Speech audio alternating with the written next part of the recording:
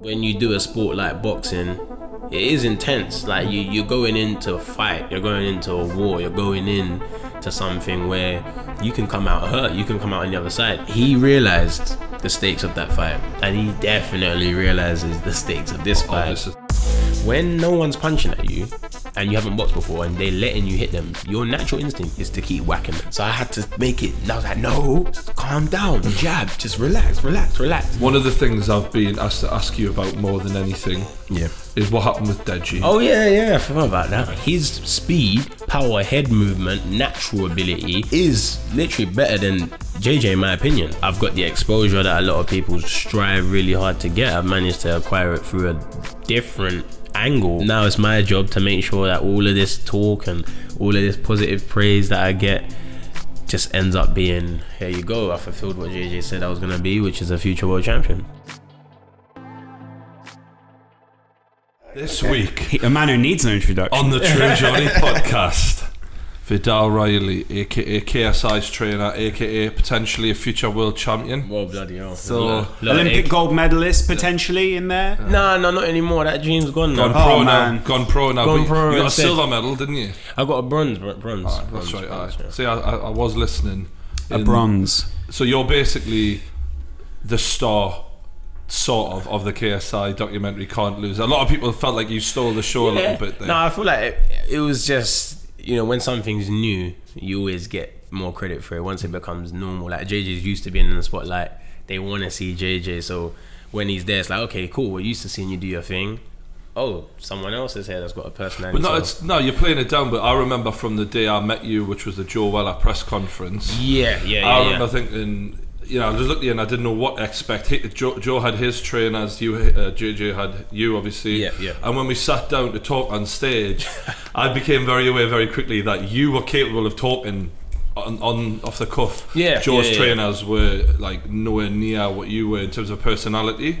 So it was sort of obvious then. I was like, fuck me, if this guy can box as well as he can talk, there's something there, you know what I mean? It's important, though. You need to have a bit of personality. It's all good having skills, but if no one wants to watch and no one cares, then what's the point? It came across very weird on that day, though, didn't it? Because obviously, to a lot of people at that time, no one really had seen you training with JJ. They knew you were training with JJ. Yeah. But it came across because no one had seen JJ box. Right. Or no one really knew about Joe or anyone else.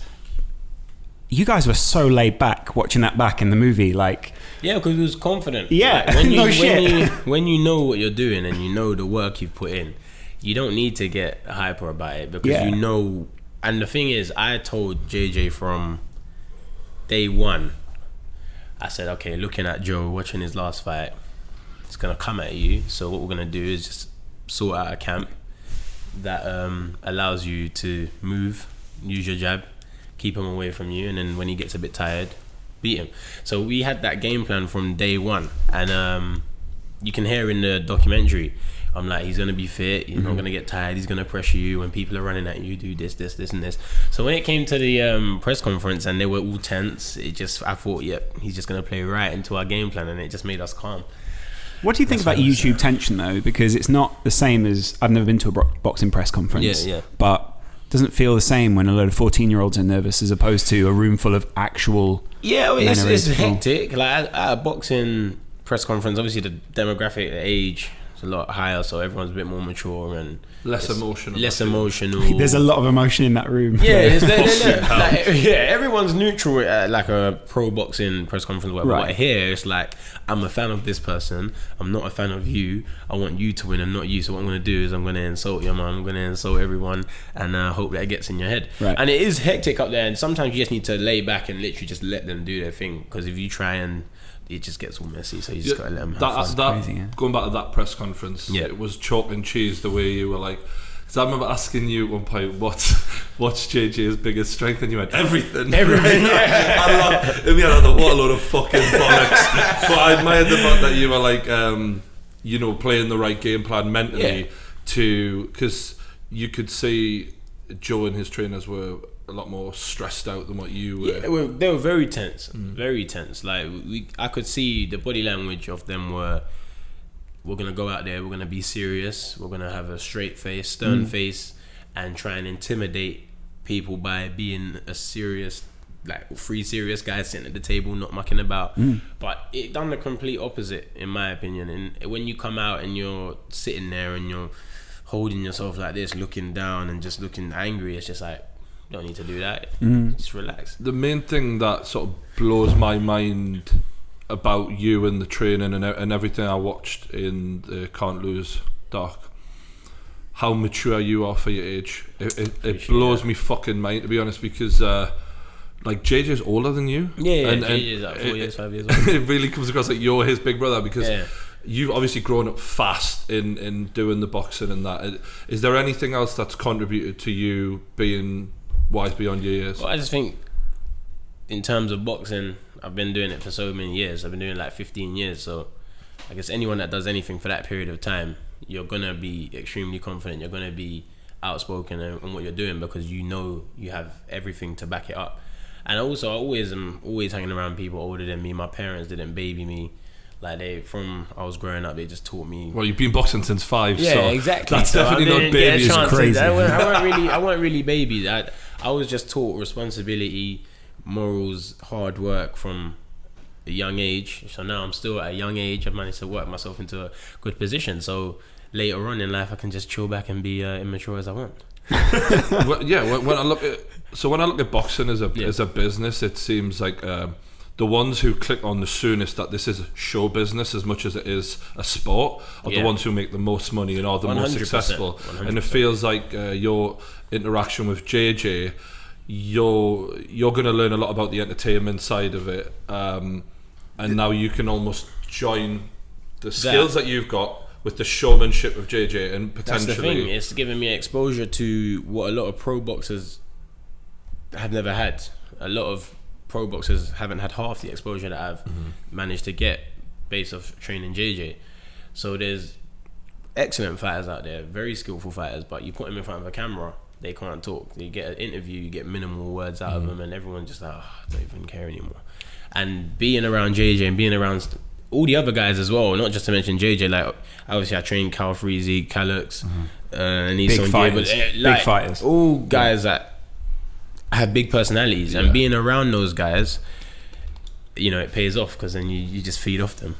So I want to talk about obviously your career and where you're wanting to go, but I think a lot of people will want to know a lot about like what's coming up to this big fight and sort of the story so far. So can we sort of go back to when you first met JJ? Like, had you seen videos of him before you met him? Yeah, I've seen a few videos. I've got a few family members that are strong fans of him, so I've seen the videos, but I was never a guy that watched his stuff. No. So what was your impression of a couple of the videos, and when you first met him, like what were going through your head when you met him? So I was thinking, I think because I already trained a lot of his friends before meeting him, when I met him, it was kind of like, oh, this was bound to happen type thing, because it's such a close circle. YouTube community is so small. I thought, okay, if I train you and you're all friends with JJ, at some point I'll meet him.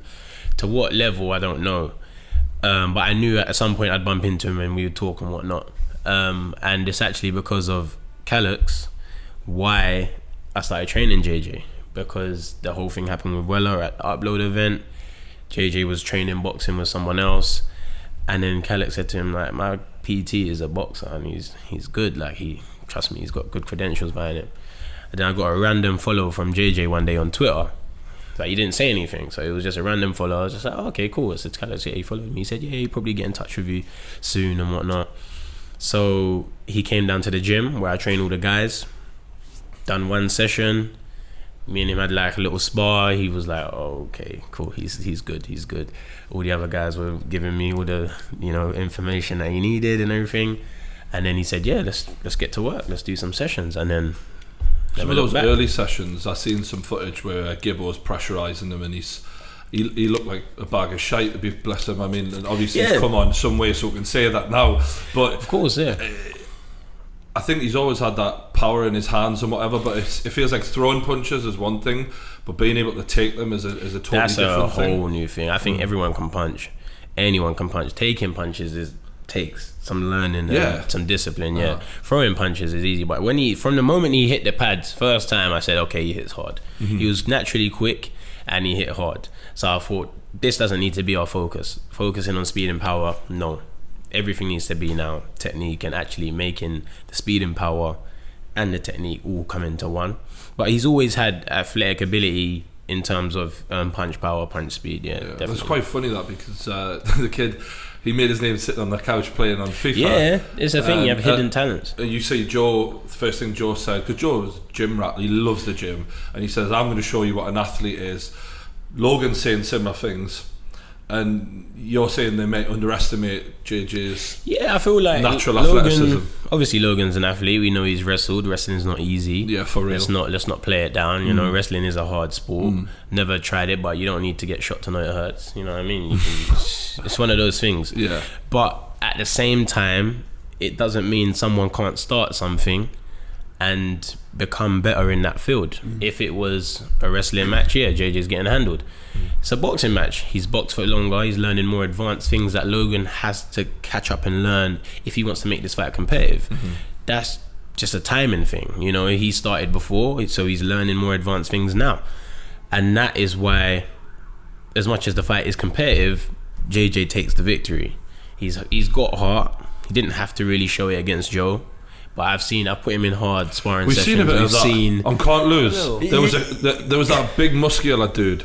Was that you? That's you. Right. Well, you see, now that you're stood in front of us, but I didn't realise like the size of you. But next to JJ, you look like a monster. To be honest with you, they shot you. You owe them that was a good shot. You know what I mean? Literally, they made you look like the Incredible Hulk. Yeah, we had to get Lee on him because he does Muay Thai kickboxing. Oh, I've heard about that. Yeah, but he's predominantly good with his hands. So I said, oh Leon, I need you to get a couple rounds in with JJ. Then he was like, what do you mean? I was like, on him.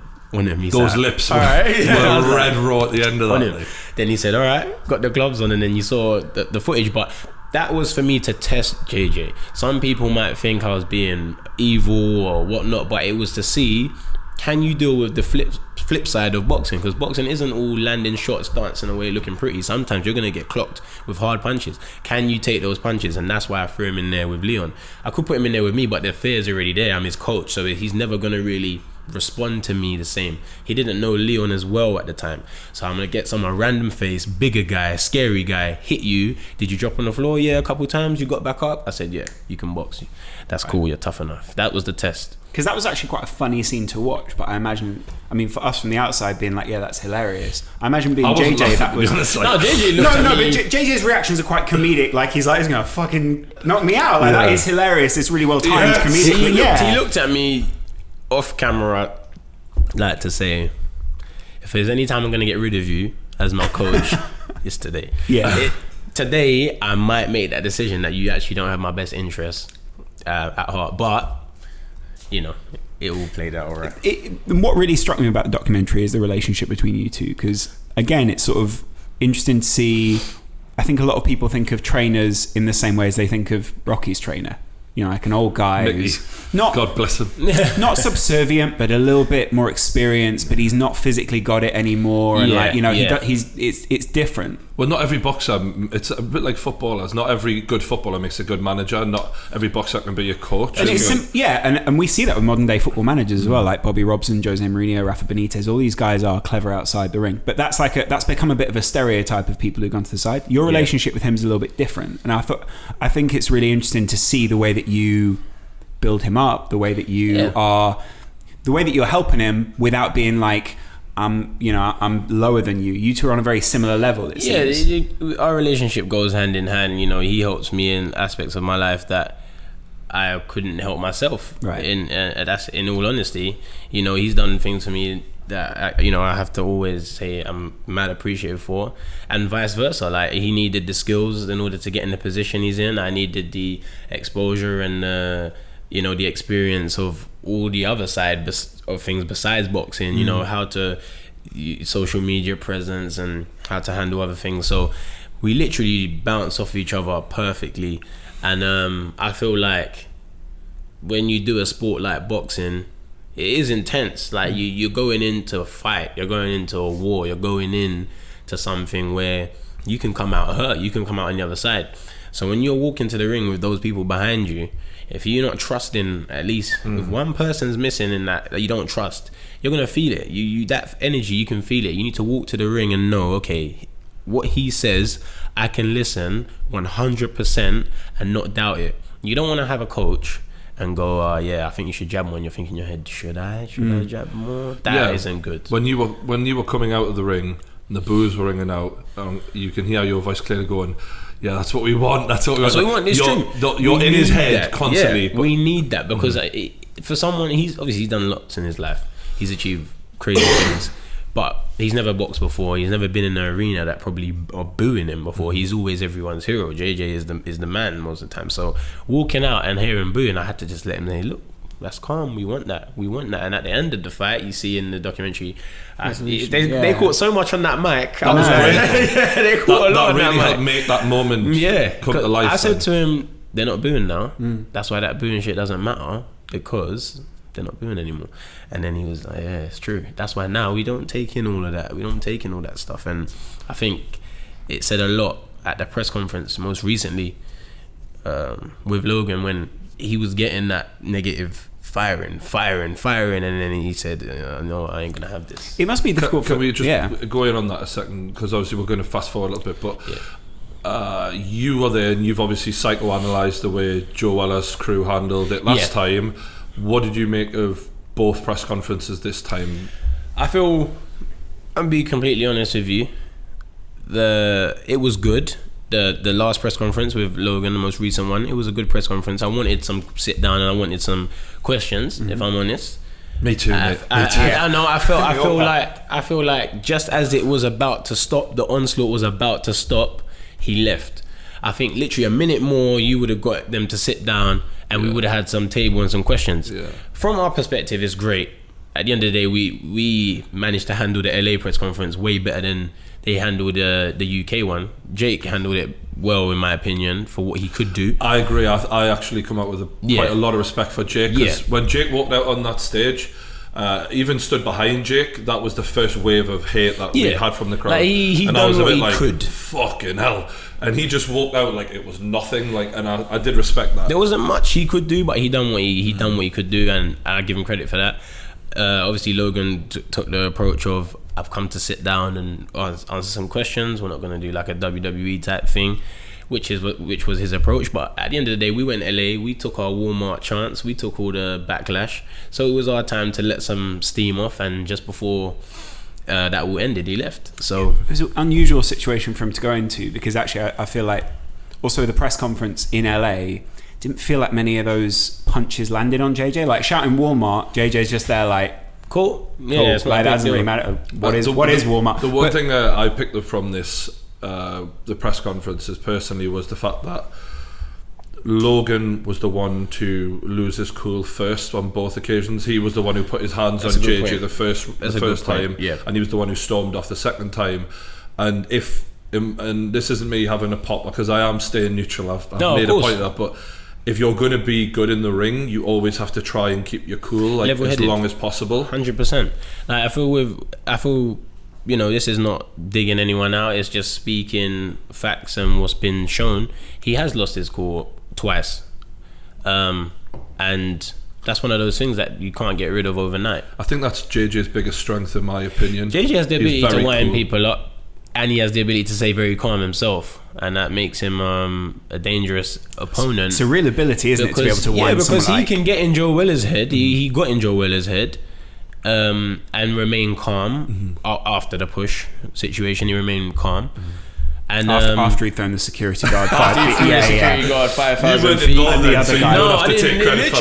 remember seeing it. What the guys invited me to go, because as I said, I've been training his friends for a while. So they said, "Oh, do you want to come upload this in Tobacco Docs?" And I was like, I ain't gonna come. And you should come through, man. It was good fun. Everyone was just doing this. But the thing is, so Joe Rogan describes fighting as, I think it's critical thinking with dire consequences. Right. And the more calm you are within that moment, the better decision making you're going to have. And I think that's why after the press conference, I just thought to myself, Logan definitely has a temper on him. And JJ, I'm always astounded at how calm he is under all the mayhem. Like when he come out all those boos and he just seemed so calm, it sort of surprised us. One thing I think is important as well is he really got into his dad.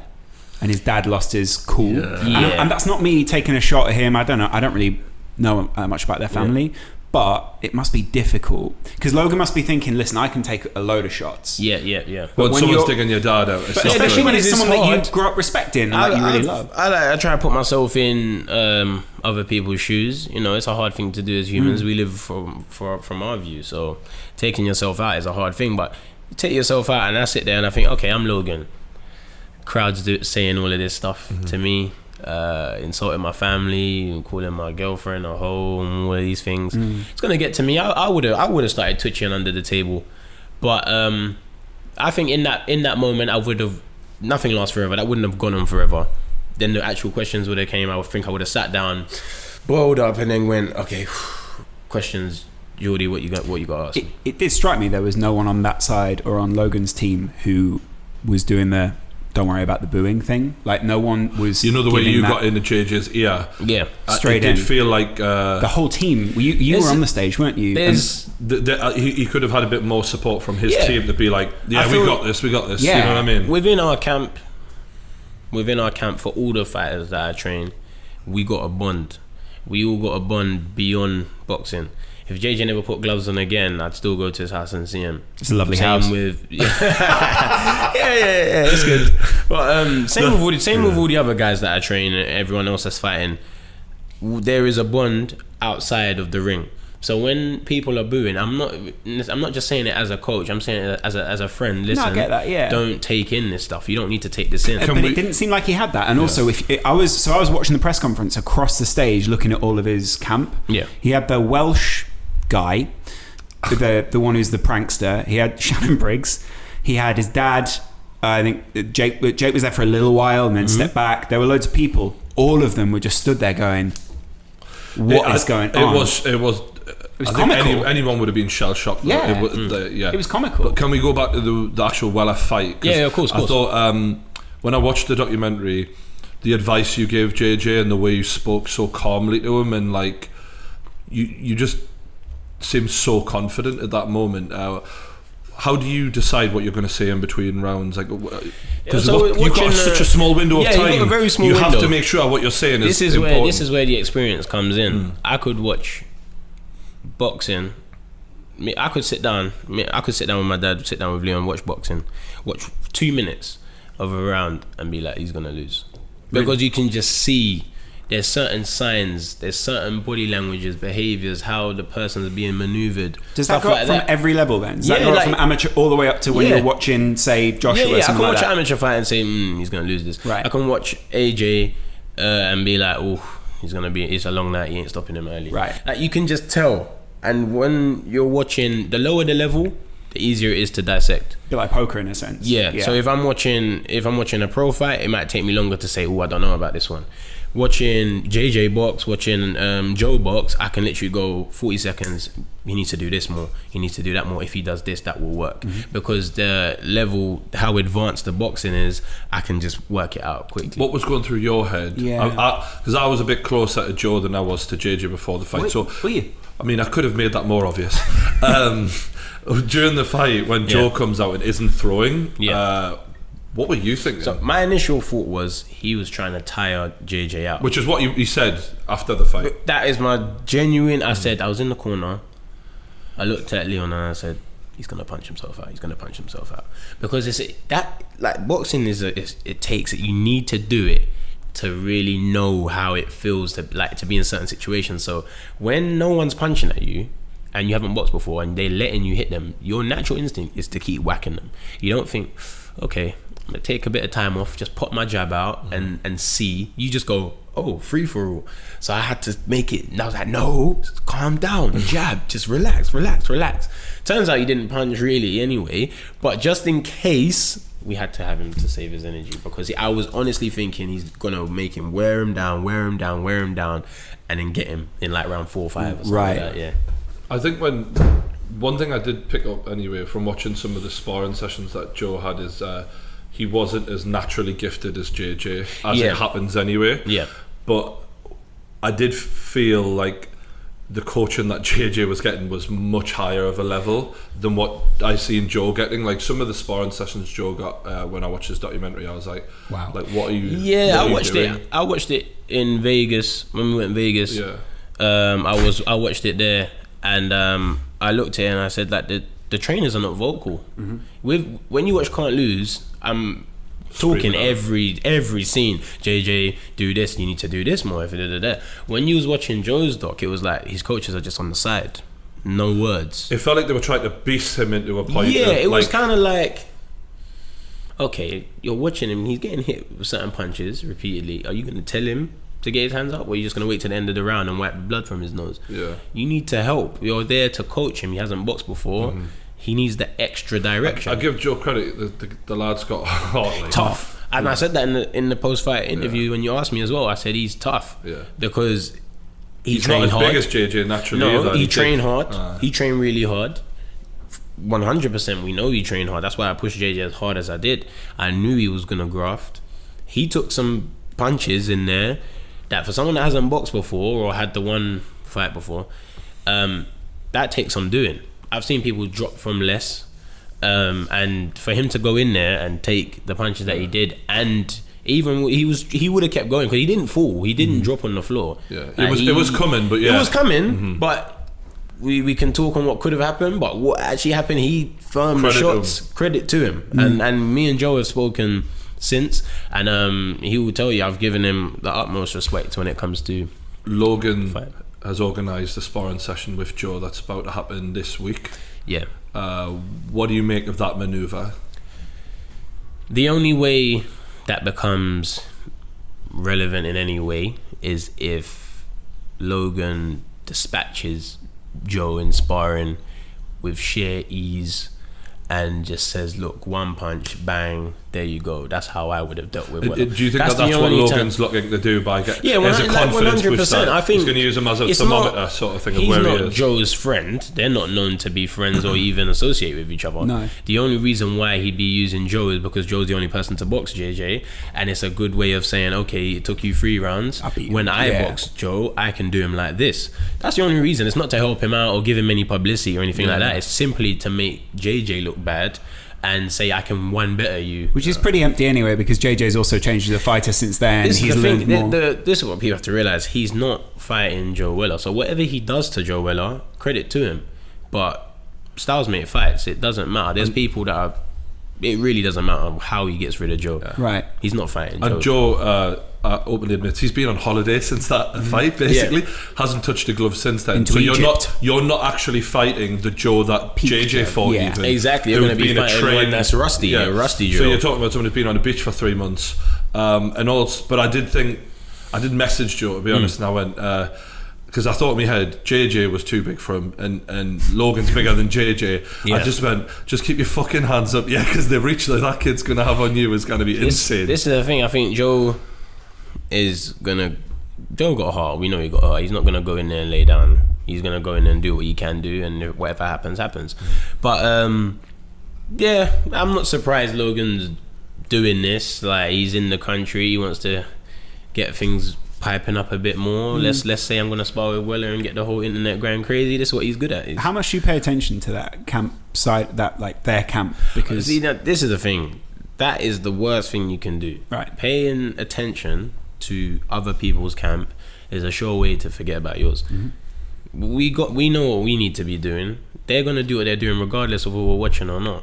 It doesn't matter. We've seen the little TMZ footage of his sparring that could have easily obviously he probably gave it to him, because how comes nothing else has ever been released? It's just that sparring. So he gave him a little something, and it's all a pinch of salt, really. I need to make sure JJ's in the best condition. If JJ's in the best condition, he wins. When I fight, if I'm in the best condition, I win. I don't need to worry about what anyone else is doing, and I take that same philosophy. Game plans also though do help, and you're in a bit of a disadvantage because you have not got anything on Logan other than the fact that you know how he's built and you know he's pretty athletic. Yeah. Although I'm sure that you've got the experience to know now roughly how those kind of guys would come out naturally anyway. Yeah, but the thing is, Logan's at a disadvantage as well, because sometimes it's worse to have preconceived ideas than no ideas at all. You know, when you go into something expecting and thinking, oh, this is gonna happen, or this is his weakness, and then the weakness ain't there, it can set you back more than if you went in there with an empty mind. So I feel like Logan's at the disadvantage. To the plain eye, it seems that JJ's at disadvantage because there's footage for him to watch, but if there's improvements made, the footage becomes void, and that's my goal in this camp, is to make that footage and the next footage look completely different. JJ has you, and we've already established that Logan... I don't know who the fuck Logan's training with. But what I was going more down the route of just positive, because one thing that really struck me as well about the first fight, we're sort of skipping all over the place here, but about the first fight was that if JJ's training with you, you naturally pick up body language, you pick up movements, you'll be watching other people fighting. I didn't feel like Joe was holding it. It's not criticism of Joe, but I didn't feel like Joe was holding himself in the same way that JJ was. The transformation that JJ went through physically, he looked like he was carrying himself as a different person, let alone that. And what's interesting is I want to know how you got to the point where you are now. Like, who was the person who got you to this point?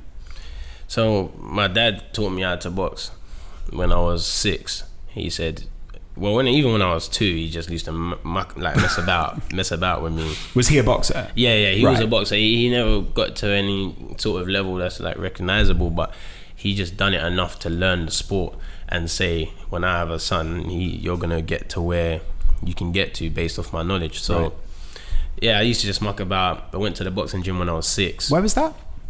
Oh, so I used to what the first boxing gym? Yeah. Oh, that's Repton Boxing Club. So that's in Bethnal Green. So not even too far from here.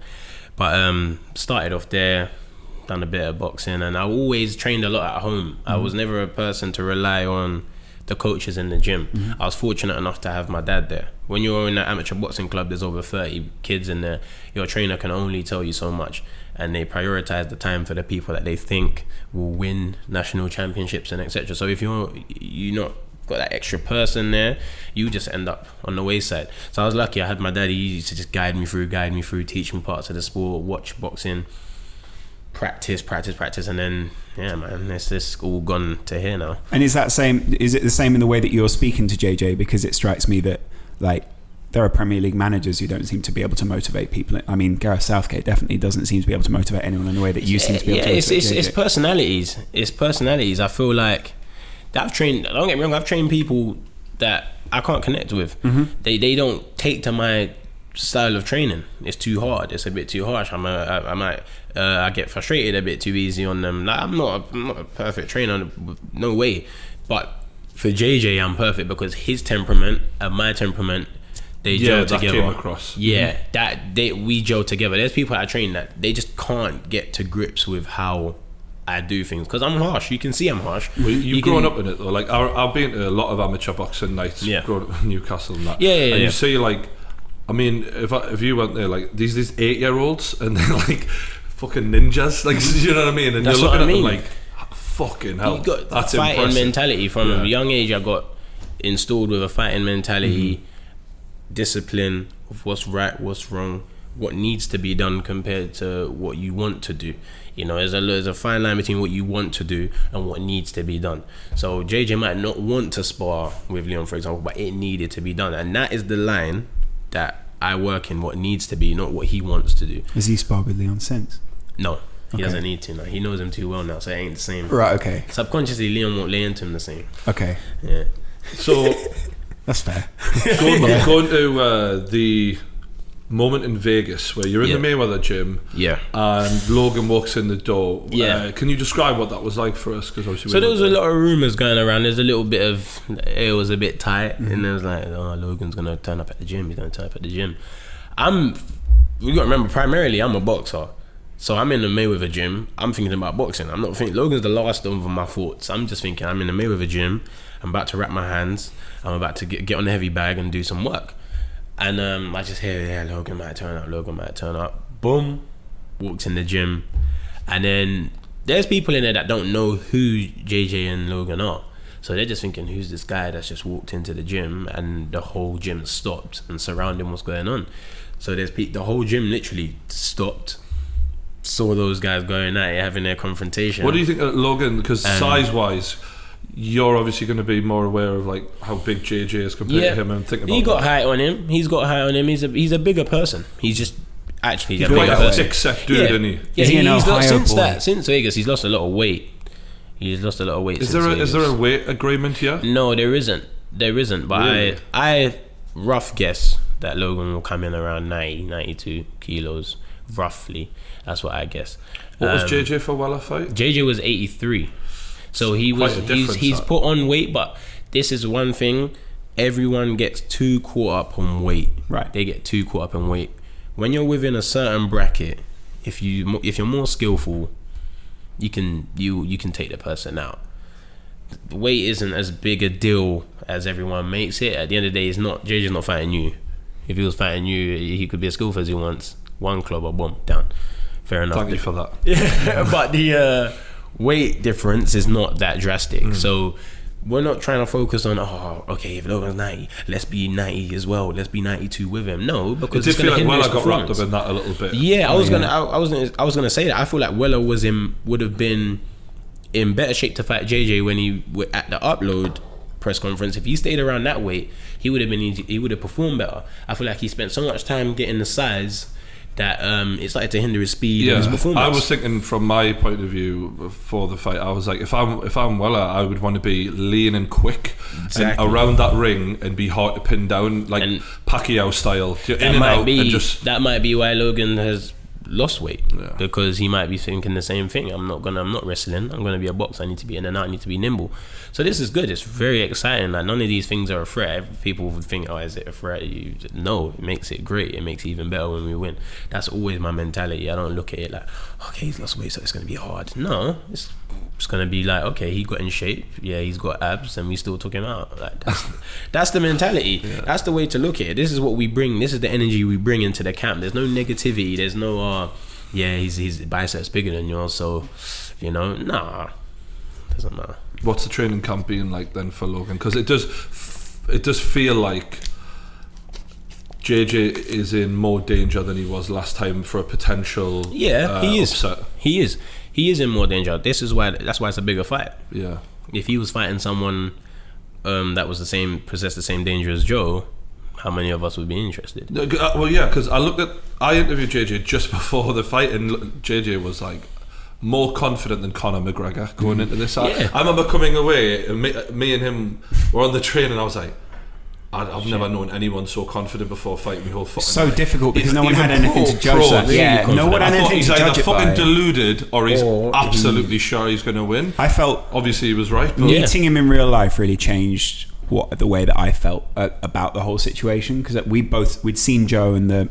temperament of Joe at that point, and we'd seen JJ and the temperament of JJ. Joe was talking very well before the fight. It was a lot of, I think Joe, like, credit to Joe again, like Joe did what Joe could do in that time, and also all these things. Yeah. But JJ was just another level when we walked out of that house. It was crazy. But I was thinking to myself, like, there's a danger in winning against Joe that you gain a confidence that you can just do that, and then when you take on someone as big and strong as Logan, who is as fit as Logan is, if you come in with that same mentality, you need to give him more respect. Yeah, you hit the nail on the head. He hit the nail. That's exactly true. What you said is right. That's why for this camp, we've hired sparring partners. We got specific sparring partners with different styles and experience. There's people in that JJ spars that he won't get the better of, or he really will struggle to get the better of, because they're experienced and they box, and that is all because of what you just said. It's not Joe Weller. The same way Logan can say, I'm not Joe, it's like, you're right, you're not Joe. So what we're going to do is we're going to adjust. We're going to make things harder for JJ, put JJ in situations in camp that he wasn't in for the Joe camp. So when we do fight, he can possess the same confidence because the workload has adjusted with the opponent. So his confidence can just match and stay where it was. Not same camp, different guy. Okay, it's going to be that Joe, and then get laid into. No, he adjusted it. After watching the first fight, obviously, really impressed with the output. Like I think the exact same night there was another boxing fight on where JJ actually landed more punches than the guys. And I must admit, I remember being in the third round and thinking he's just not slowing down. Like the engine on him was really impressive. But if there was a weakness, and I don't think I'm saying anything that nobody doesn't know already. He was hands down, chin available. Again, you hear that in the documentary. I'm just like, they asked me what's JJ's weakness. I said his defense. And that was me being honest. And it's not, this is what honesty is about. Everyone can see the truth. Some people speak it and some people choose to avoid it. I can see his defense is bad. Logan can see his defense is bad. They don't take rocket science to work it out. What my job is to make these things a myth. Change that. And that's what this whole camp's been about. Improving his defense, improving his overall boxing ability, so that these things become hearsay. It's going to be an interesting fight. Like very interesting fight. When I watched Count lose last night, I was like, oh, I'm really looking forward to this now. One thing that did strike me about it was, obviously we saw how JJ felt on that night. Yeah. How are you feeling? Because obviously there was you were quite contrast. At one point you're quite playful when you're getting him ready for the fight, and then the next second you're like, but you're mentally ready. Oh, you're saying on the night of the Joe fight? On the night of the Joe fight. So this is how I am. So in the change room, there's music on. We got all spraying water, and we're happy and everything's jolly. Once you get in, the gloves are on. You step through the ropes. That's it. You got to be willing to go to war, and your corner have to be the same. He can't go in there, Joe hitting him with big shots, and I'm just jolly all on the side. No. It's serious, and as soon as he won, and as soon as we hop out of the ring, we jump around and we're all jolly again. You gotta know when to switch it on and switch it off. So I did float between the two, because you don't need me in the changing room as your coach. You're about to have the biggest night of your life, and I'm just walking around stressed out and stern faced. You're gonna ask, the guy you look to for confidence and that motivation on the night is like this. You're gonna think, oh, maybe I should feel like this too. Because his demeanor changed very, very visibly in the documentary. I don't want to give away everything. You probably still have to watch it, but changes. Yeah, you definitely have quite to a lot. It is a really good documentary. I think it's crazy, man. What the after party managed to do with it.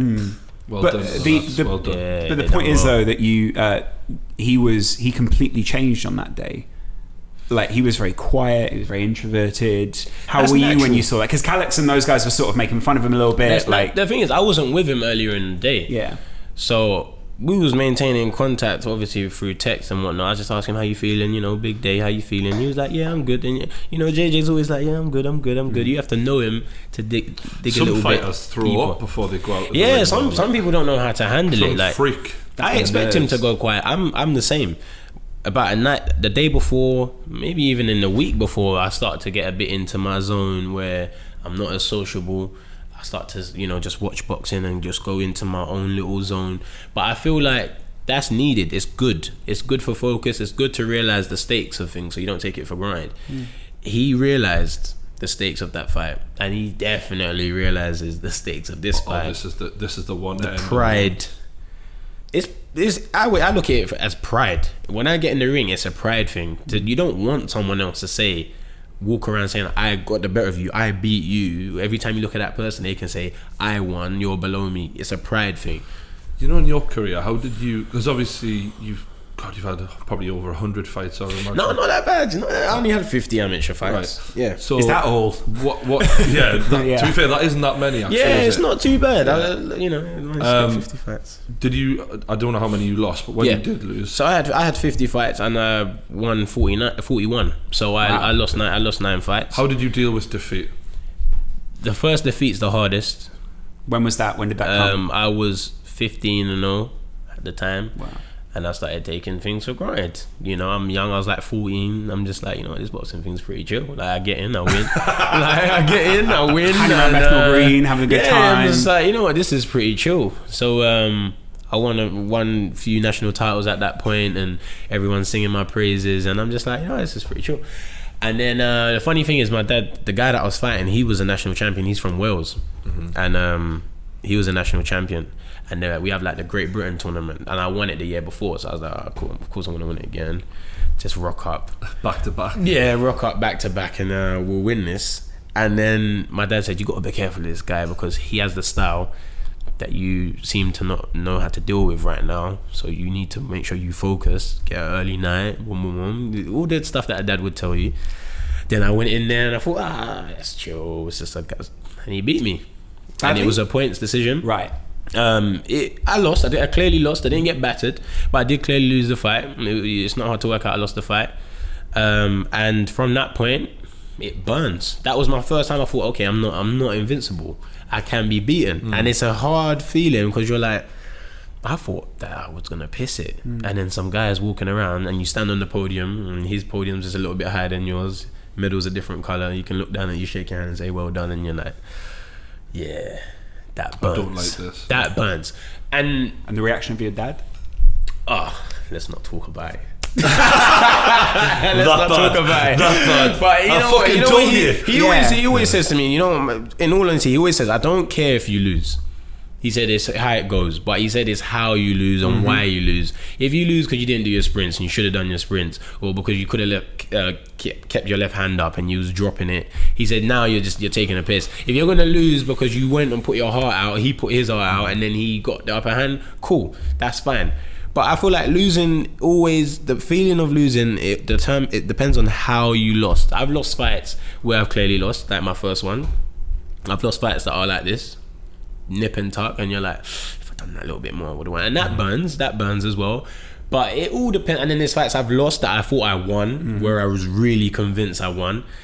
And amateur boxing's a bit dodgy though for that. It has its moments. It has its moments. Good pals was on Team GB. I mentioned Lawrence Oswecki. Oh yeah, Lawrence Oswecki. Yeah, I remember. Yeah. And he was like high level. He's just turned pro recently, and he's doing well. But surround yourself with the best Lawrences. Yeah, this is it. And I remember there's some decisions that go around shaky. And you think, fuck. I've had a couple of them. and they're normally when you travel. Normally when you go to tournaments. You're that crowd. There's a few shaky ones. Wasn't that Irish boxer who Conor McGregor walked out? He had a right go at the Olympics. Michael Conlon. That's one. He did a rant on BBC. Yeah, because he fucking won, stinks. It's true because they take people's dreams away. Yeah. You know, I remember I was 15. I went to the European Championships in Russia, worked my way all the way to the final, had a Russian guy in the final. Wow. Clearly beat him. Everyone's watching on the stream. I always go with my dad's view. If he says you won, he doesn't lie to me. I'll be like, oh, cool, I won. He texts me, said, yeah, you got that, and I lost. And I was like, wow, really? Like, but then it happens, and then you learn to grow with it. You learn to get over it. It happened again to me in the Youth Olympics. I was fighting the world number 1. He's got a good reputation. I beat him, and to this day I still believe I beat him.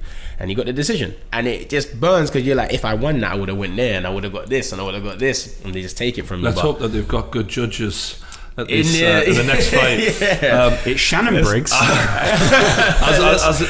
out of interest, yeah. If JJ were to lose this fight, obviously you're not thinking about that particularly, of course not. Knowing him as well as you do now, how do you think you would deal with that? I think with JJ, I think he would immediate demand of a rematch. I agree with that. Immediate demand of a rematch, and I feel like you'd see a lot of outside aspects of his life get ditched for a decent amount of time to avenge what happened. It feels like I feel like we're going to see a rematch regardless because with the see, that's I want to get in the way of that. Right? Really? That's my goal. My goal is to make Logan think, I don't want a rematch. Fuck, no rematches. Yeah. That is the truth. When I'm preparing JJ for this camp, I say to him almost every time I see him, there's no LA show. There's no LA fight. There's no US fight. You fight him, you beat him, convincingly enough, he says, you know what? Fair dues. I don't need to box you again. That annoys me. I want to go to LA. Logan is, but what we've picked up about both of the one thing, couple of things that these lads have got in common is they're used to being the winner. They're big egos. Yes. They want to dominate alpha of a group. And I do feel like regardless, I don't think either of them are going to handle it well if whoever. Can I say one thing as well? JJ was the only person in the last fight who had a group of people waiting to rush the ring if he won. Yeah. And Joe had, and I respect Joe, I think again he's got a very small circle. He's got his mum, he's got his cousins, but they're not the same rambunctious group of people who are going to rush a ring.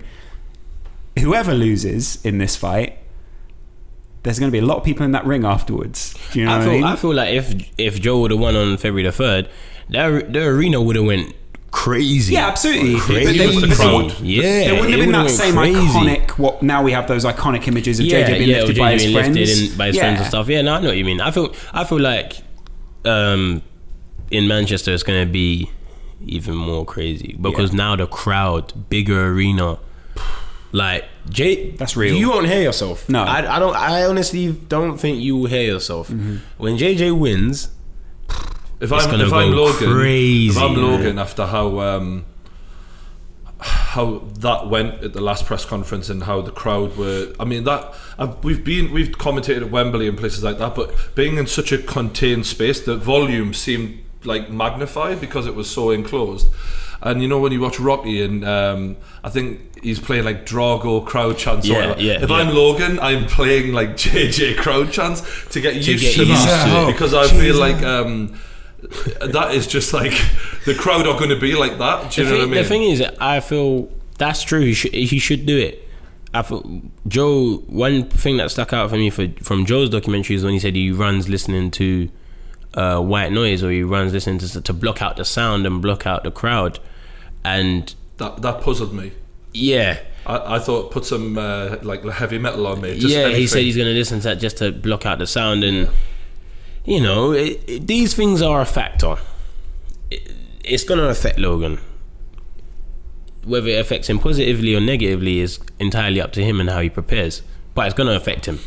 You're not going to walk into an arena in a country that's not yours with the crowd supporting the other guy and not be affected. You can either use it to fuel you or you'll let it get in your head. I respect that he's coming over. Actually, I do. Yeah, no, of course. I feel like I kind of feel like he has to, in a way, you know, we're the champion. Yeah, he's a champion. Like he's coming over as a. Yeah. Also, it's interesting. He's had the boxing match. He's the guy. He's the boxing guy. I think he thought he'd go to Bethnal Green and it would be like, oh, this is a happy little English place. Like, this is lovely. And I think he was. I think they were all shocked by the reaction. The thing is, the crowd that were there are not the usual crowd that Logan and Jake appeal to or watch their videos or anything. So I feel like it was like, okay, we got our rented cars. We've come from St. Paul's Cathedral and Buckingham Palace, and we just ended up in the middle of this shithole.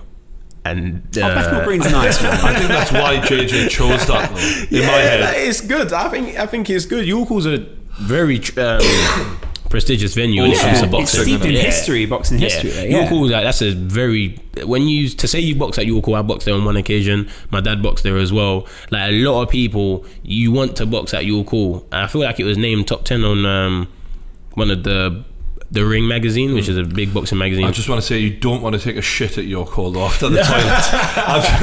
I had a look at those toilets. I had a quick piss before I went out. I was like, I'm not coming back in these. No, it's not the nicest place, but you can't get a bad seat in there, and that is why it's such a good venue. Whether you're in the balcony or on the floor, you're seeing what's happening. You're so close to the action. Yeah, and that's probably why I went there. But yeah, seeing that crowd definitely would have got to him, and just to think there's gonna be thousands of that in the audience on the night, it's going to be hard for him to deal with. He hasn't dealt with it well so far, so let's see how he deals with it on the big stage. English people are just different. Like, our demeanor's just different. Do you know what I mean? We create a different atmosphere. Yeah, like, people don't like going to football stadiums in England when they're not from England. No, we have a big presence. You know, I feel like in LA you got little girls screaming Walmart, and it's like, okay, we can do with this.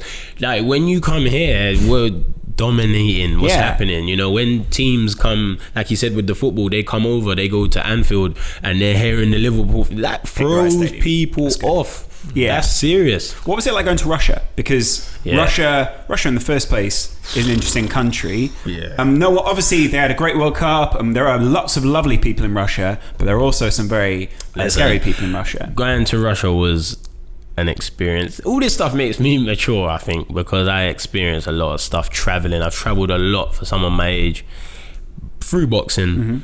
And when I went there, I was just told, stay with the team. Right. Yeah. Don't wander off. Don't branch off anywhere, because you might not see us again. Right. So you stay with us and it'll be fine. So it's intense. Like, it is intense, and that plays on your mind. You know, you're a kid and you're thinking, but then your parents tell you the same thing before you fly out. They're like, listen, it might be cool wandering around over here, stay with the team, do your thing, because not everyone's going to like you out there for multiple reasons. Well, do you react well to threat? Like, when Logan walks in the gym, does your heart rate raise a little bit, or are you just one of those chill people? I'm pretty chilled. Until you actually do something to me, I'm pretty chilled.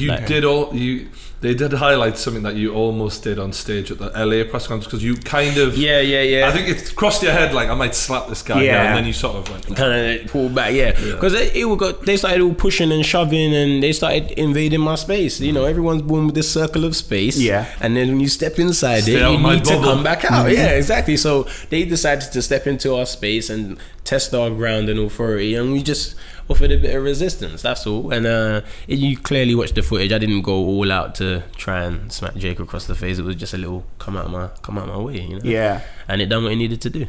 They brought up some big dudes on this. Yeah, like the thing is, this is a big difference in the camps. JJ has proper people in his camp that care about him, regardless whether he fights again or not. They have entourage. They have a big entourage. They have. I know there's definitely people in their circle that they don't know, that don't even know each other. They're just all hired and brought together and say, well, with Logan today, follow me. 20 guys follow him, and that's what happens. I can guarantee that not everyone in that entourage there are all buddies, get on and chill together. That is the difference between Logan's camp and JJ's camp. We all know each other. We're all close. We all talk, from security guard to physio to chef to PT, boxing coach, sparring partners. Everyone gets on. I don't know. How do you guys feel? Do you feel you get that vibe where everyone is? Yeah. I mean, it was evident from what we saw in the press conference in London. Like, there were two,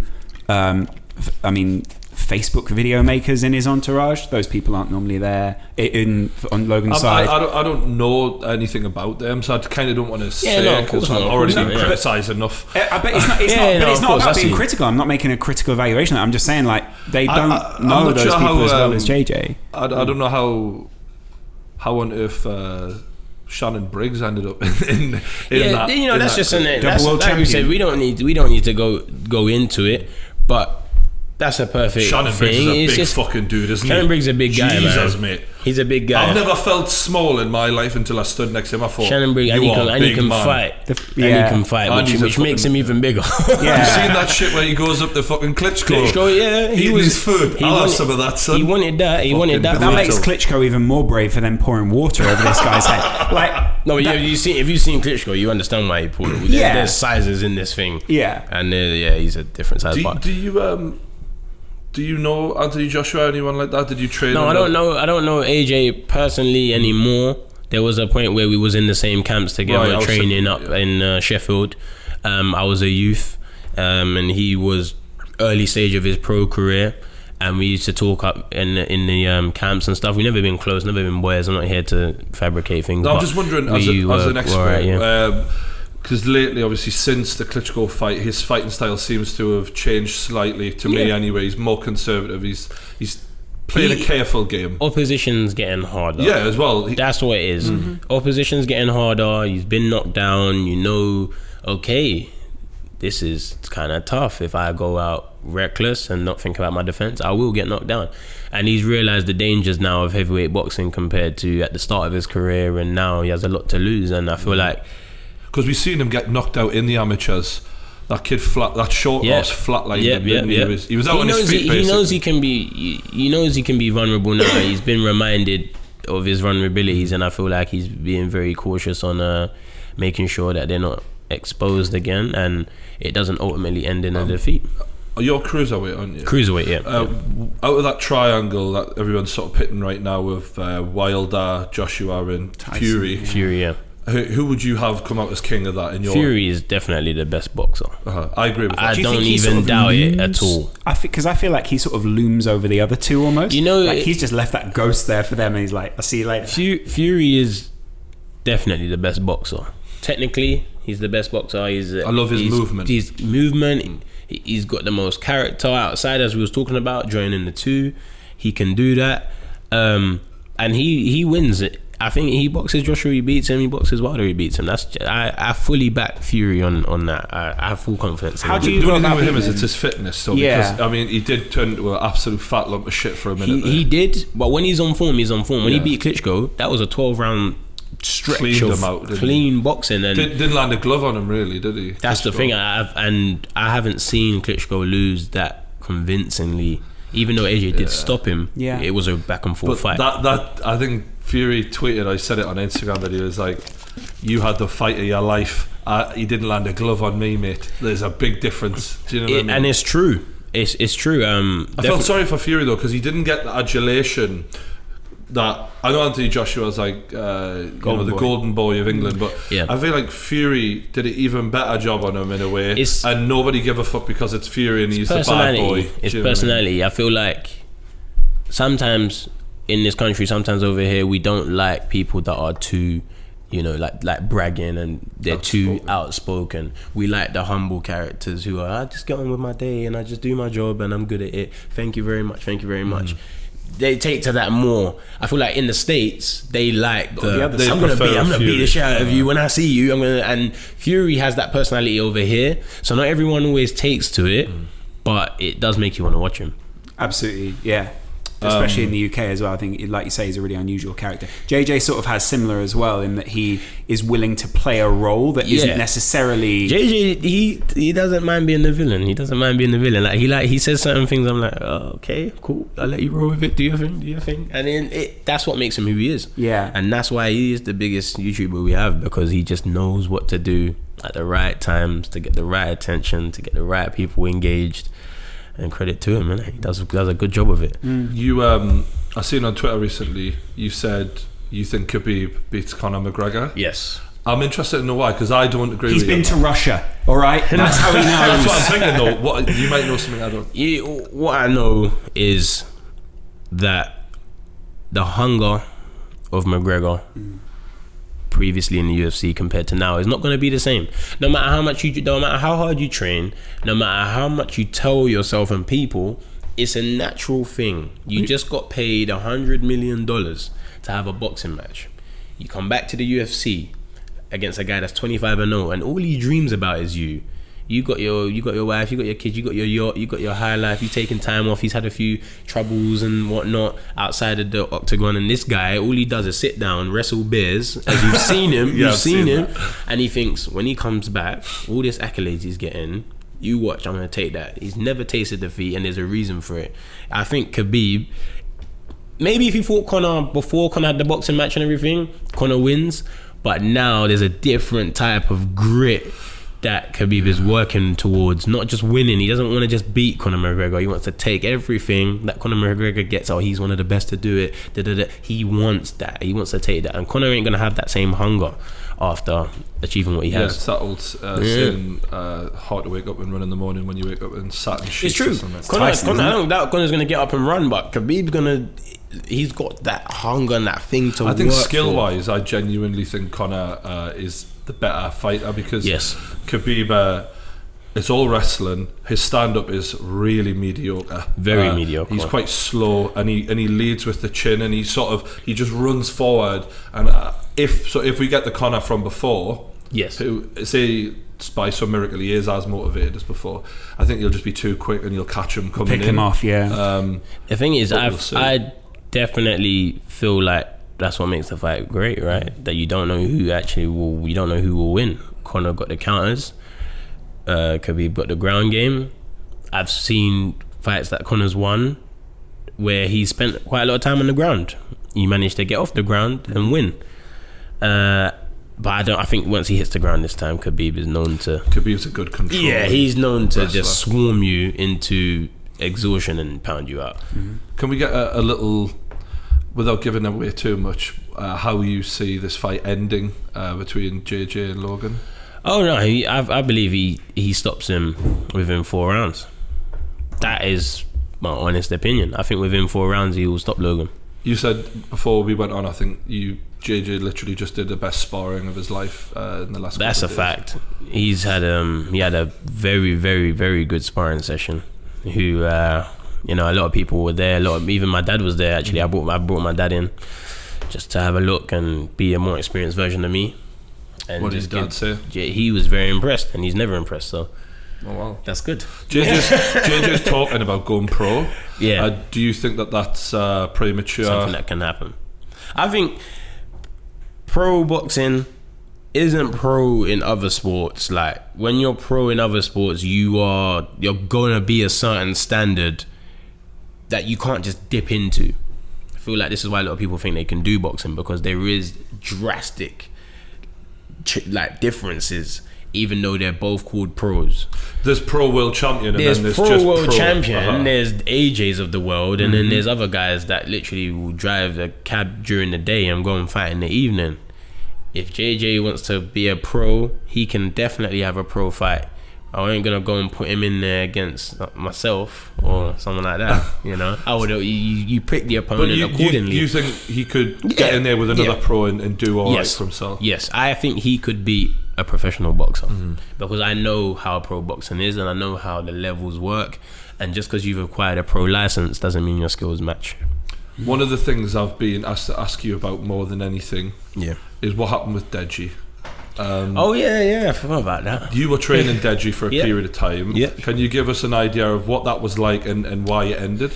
Training Deji was a new task for me as a coach. It was difficult because he's harder to work with than JJ, but he possesses abilities. He just doesn't pick things up as quick as JJ. But you got to go on him a bit more. You got to be on him a bit more and say, Deji, go again, go again, go again, go again. And once you got him there, he got some qualities that even JJ didn't possess. Like his speed, power, head movement, natural ability is literally better than JJ in my opinion. Like it's crazy. Like when you actually think about it, I was watching him spar one time and I was like, you do things that even your brother don't do, and we haven't really worked on it that much yet. Because I did see from the early videos when he was just hitting the deck very quickly, and then there was a couple of sparring videos that came out later on when you'd had some time with him. I've seen a drastic improvement from Deji. Definitely. So what was the reason why you stopped training together, sort of thing? It was all logistics. It was the travel. It was the fact he's made it publicly known he wasn't happy at the Sidemen house. He wasn't happy with the support he was receiving outside of boxing training. Me and Deji have no personal issues at all. We're as cool as we were before. Obviously I see him less because I don't train him as much, but the feeling that when I was training him and when we went to LA to press conference together and whatnot, we'll see each other. It's the same good feelings and same good vibes. It's just that he wasn't going to travel all the way from Peterborough to train with me when he decided to move back home. It feels like although everything you say makes sense with the skills of Deji, like he's naturally very good. Jake has maybe even more of a size advantage on Deji than Logan does on JJ. Like I agree. Jake's quite a big lad. Like he's quite thick set with it. Like when it comes to aesthetics, Deji is definitely at a disadvantage. He isn't bigger. He isn't wider. If Deji puts his head down or has been putting his head down and grinding as it seems, I put my money on Deji because I know Deji's mentality. He wants to prove the world wrong. He thrives off proving people wrong. He doesn't want to be the shadow of anyone. He doesn't want to be just JJ's brother. He wants to show people I'm Deji. And if he takes that motivation into his sprints, into his sparring, when he enters the ring and things get hard, if that spirit hits him when he's like, I'm sick and tired of this, I need to prove myself, I am serious and I want to win, he'll beat Jake. Because I don't believe Jake has that grit in him. I think Jake's going to be more athletic. I think he's going to have all the natural ability. I think if it really gets gritty and hard in there, Deji can win the fight. That's really interesting insight, man.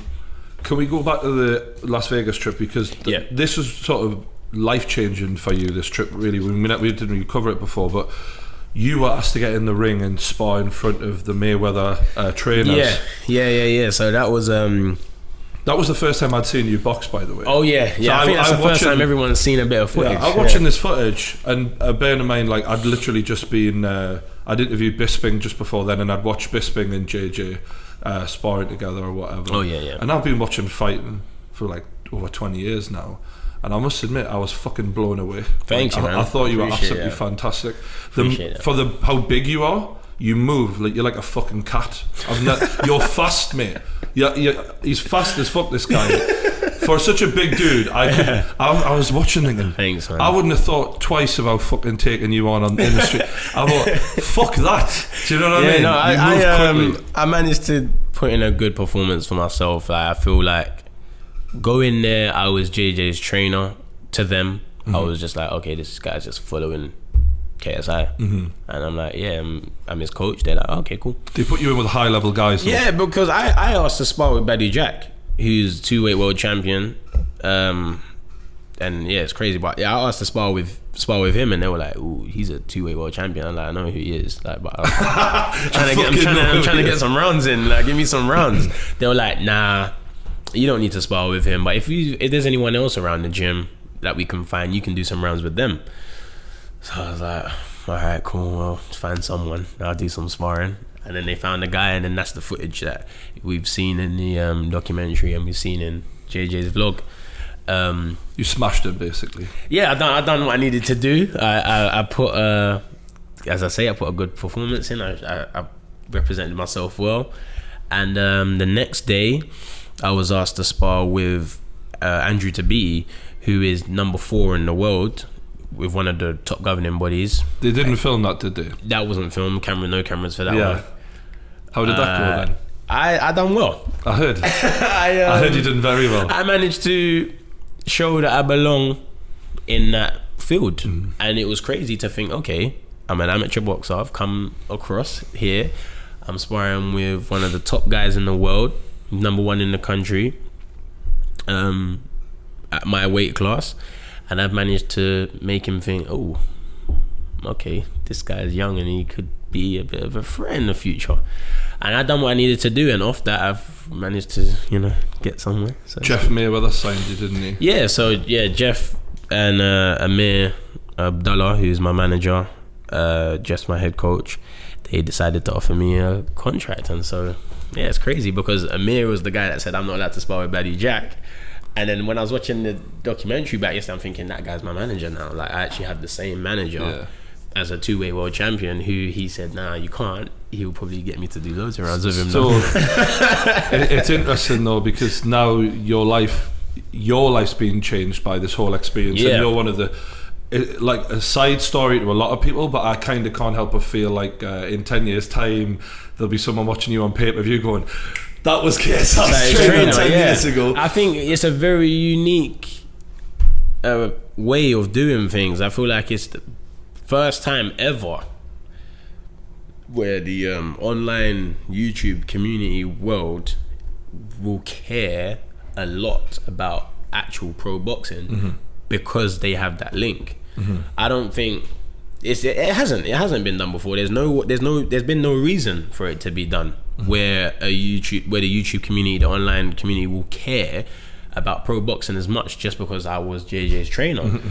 So it's it is a pioneering thing. When I think about it, it's crazy. I was thinking the other day, when we set this up, I was like, you see what Conor McGregor's doing with the Mac Life, and you see what other YouTube, you could build yourself a massive following by starting up a YouTube channel and showing everything that you're doing off of the back of this, and grow your own fan base out of that, and so that when you come to sell pay-per-views in the future, you've got that fan base. This is the thing. It's like I've got the exposure that a lot of people strive really hard to get. I've managed to acquire it through a different angle, but numbers is numbers, views are views, people are people, and now it's my job to make sure that all of this talk and all of this positive praise that I get just ends up being, here you go, I fulfilled what JJ said I was going to be, which is a future world champion. How did that feel when he said that after the Joanna fight? Always, as you can tell, I try to always stay, like calm, but, smile went like this, cheek to cheek. I didn't know what to do. But I was like, you know what, because I believe it. It's something that I believe. It's something that my dad believes, something that my close family believe, my friends believe. And to hear... Is that your ultimate goal? Yeah, my goal is to be the best I can be and fulfill my potential. And I've seen worse boxers than me become world champions. So if I fulfill my potential, I'll be a world champion. To be honest with you, I interviewed Tony Bellew, who I fucking love the guy, to be honest. He's an absolute warrior, but he doesn't box as well as you do. No, like I do you know what I'm saying when I say that? If he's ever seen this, I'm not being disrespectful, but like from a technical standpoint, your movement is a different level. See, Tony Bellew's a good fighter, and he's a prime example of working with what you got. He's a smart fighter. Yeah, you might not have movement, you might not have abs, you might not have everything, but you work with what you got, and that's what makes boxing an exciting sport. You got to work with what you have, and that's what makes him the fighter he is. That's why he's a world champion. I do think I'm technically a better boxer than Tony Bellew. I would say that. I do think that. I watch myself and think, okay, I'm prettier to watch. People were more likely to watch me than watch Tony Bellew. But you have to give him the credit where it's due. He does what he needs to do. They love Tony, and you just can't take that away from him. That mixture of, like you say, personality out of the ring and someone investing in your story. Like, he's a classic example of that, isn't he? Yeah. Oh, unbelievable. So I'm going to look through. I've got some other questions from Twitter. Okay, just in case. Let's hope we don't get no funny questions on there. First question from Twitter is from a person you might know, KSI. Yeah. What was it about the girl in the hotel room? He just knows how to wham me. That's it. They can't take him in. This sometimes. was coming after he said that. You know what? I was looking at it and I thought, this guy, like, out of everything, he knows how to get everyone talking. There's no hotel, there's no girls. No, not. It must be difficult though, because I know previously in this interview I've believed every word you've said. That's a fucking lie. That's a lie. You know, look, I just living my life. Living my life. All right. Yeah, okay, it's 50-50 still for me though. Okay. You're trying to throw me under the bus. It must be difficult though when you're in great shape. Yeah. You know, you're someone who's now very prominent. You're wearing your earrings and you're feeling good. Like, he's got me, He's got me. Yeah. He's trying to do. He's blushing right now. What's it like having? See that smile? It goes. Yeah. What's it like having all that attention all of a sudden? It's a very different kind of attention. Walk around Bethnal Green, and everyone going, I know your DMs are getting fucking blown up right now. It has its positives. Yeah. It has its negatives. Yeah, exactly. Just like everything, but I was taught from my mother not to rush these things, and just take your time. Focus on what you need to focus on, and that's something that just blossoms in the background. You're a role model, man. The way that you talk about it's beautiful. We've got who is the boxer that has inspired you the most? So Roy Jones Jr. is my favorite boxer. Right. That is the guy that Do you think you went on a bit too long? He definitely went on a bit too long. He should have retired a long time ago. But he is my favorite boxer. Did he fight Calzaghe? He did fight Calzaghe at the later part of his career. That was right. Yeah, I always felt like he would have beat Calzaghe if he was prime. 100%. And I think Calzaghe got him just at the right time. I don't think there's been a better boxer in their prime than Roy Jones Jr. It's between him and Mike Tyson. Mike Tyson prime and Roy Jones Jr. prime are the best fighters ever, in my opinion. Actually fascinating to see the detail in the documentary where JJ talks about sitting down and watching Tyson. Yeah. Which is fascinating. I think if you box or you try to box, Mike Tyson's one of the first names that you pop in. You move a bit like that though. You side to side. You need to mix everything in. I don't want to watch one fighter and say, okay, I'm gonna be like him. I want to watch him. I want to say, okay, Tyson throws his hook like this and slips like this. Roy Jones Jr. does this. Even AJ holds his hands very correctly. He's got good balance. I could take that from him, and that what would make me the ultimate fighter. That's actually like the Bruce Lee's attitude, wasn't it? Like, take a little bit of everything, because why would you pick one thing if you can pick all? Who goes pick and mix and fills the bag with one bag of sweets, same sweet, and then walks off? Everyone look at you weird. Yeah, it's true. You talked about doesn't pick laces though. Do you know what I mean? Strawberry laces are just the best. You talked before about how you're now going to take a following from YouTube over into pro boxing. Yeah. How do you think pro boxing audiences are going to view this fight? There's going to be a bit of uproar. There's going to be a bit of, you ain't really done half of what I've done. There's going to be a few guys like that. There's going to be a few guys that are all for it and saying, yeah, man, do your thing. You know, show some new angle. Because Logan and JJ, by the time the pay-per-view numbers are counted, they're going to make. It's going to be crazy. I was on the first time I said 20 million views. I was pretty close on that. I got that spot. This is going to be it's going to be crazy. But with them charging for this, we don't know how YouTube audiences will respond. But they're going to make good money, these lads, and they deserve to as well, because they're putting a lot on the line in terms of physical health, but they're also putting a lot on the line in terms of reputation and pride, as you say. And as you said, they deserve it, because these are guys that are fully capable of making tons of money doing other things. They can do it pretty much. They can do other things and make a living. They're putting this event on. They're putting this event on. That's why I credit to Logan. Credit to JJ, because they're deciding to go into deep water here and say, you know what, not only are we gonna we're gonna fight. We're actually gonna fight for all you guys. Because they could have just sat down and played like a game of FIFA or something. Mate, they could have played Fortnite together and it would have got millions. Let's get the UFC out. Yeah. We'll knock each other out on that. Exactly. A lot easier. Fight night, Madden, great game. What is the hardest part of training JJ so far for you? Sometimes I get because me and JJ are close, so I get frustrated sometimes if I see him taking certain punches and whatnot. I'm like, I can feel the punches. I'm like, you don't need to take those punches. So sometimes I get a bit emotional about it. I'll be honest. You know, I'm poker face most of the time. But then when he is taking certain punches or he has certain sessions, I'm like, man, like I get a bit down about it. We both get a bit down about it. But then I think that's what helps the improvement. So the hardest bit is how close we are. It has its ups and it has its downs. How much has JJ improved since the Joe Weller fight in your opinion? Mate, he's improved tons. That was from Logan Paul, by the way. He's improved a lot. Yeah. I feel like we have a really good base to work with after that fight. You could see how much he was using his jab, which is an underrated punch in boxing. He was using it more than a lot of body shots, which surprised me. A lot of body shots up front. I always said to him, up and down, up and down, up and down. We always work on it, up and down, because it's so easy to headhunt. It looks great, doesn't it? It looks great. You take a big punch to the nose, you go, oh yeah, it looks great. If you've been hit with a body shot before, have you been hit? If you haven't been hit with a body shot, one day we'll test it. So out. that's the thing. That's what actually struck me during this documentary. I've never watched a documentary before and thought, wow, I want to try that out. But watching you train JJ in the way that you instill discipline in him, as someone who wants to put a bit more discipline into their life at the moment, I think it was something you almost want to experience it. It's like I was saying to you the other day, I want to get into a cage with a shark. The shark's outside the cage, but you almost want to be punched a couple of times. How much do you know about yourself since you've been in a fight? The amount of people that actually, I think, will try boxing. I'm not saying they're going to go and have fights, but the people that might just say, you know, Sports Direct, so a pair of gloves, it's a little heavy bag. I'm just going to pick that up.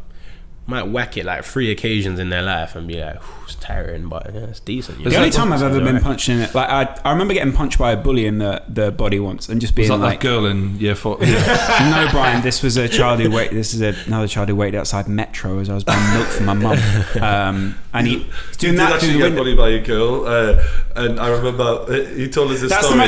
This is the most popular podcast ever, and people still message me and go, that story inspires me because I was being bullied by someone who was didn't big. a tree fall on her or something? Tree fell on her, yeah. Oh, that sorted her out. That's what happens if you fuck about. I'm going to put a tree on you. If someone does bully you, just hope a tree falls on them.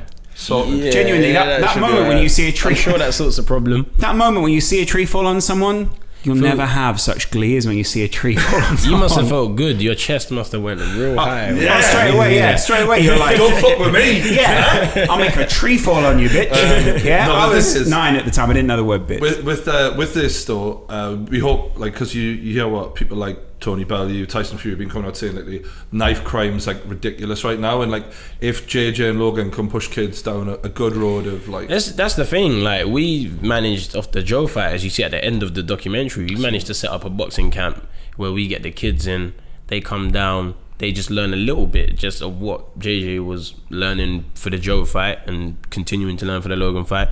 Just getting fitness in. We get people travel around Europe. We have a guy came from Hungary twice to join the camp and just train with us. And it's thinking, wow, like, we inspired you to leave your country, get on a plane and learn a bit of boxing. That's is crazy. Nuts. And these guys don't realize what they're doing because they live in their world. They live in their world of just doing what they do.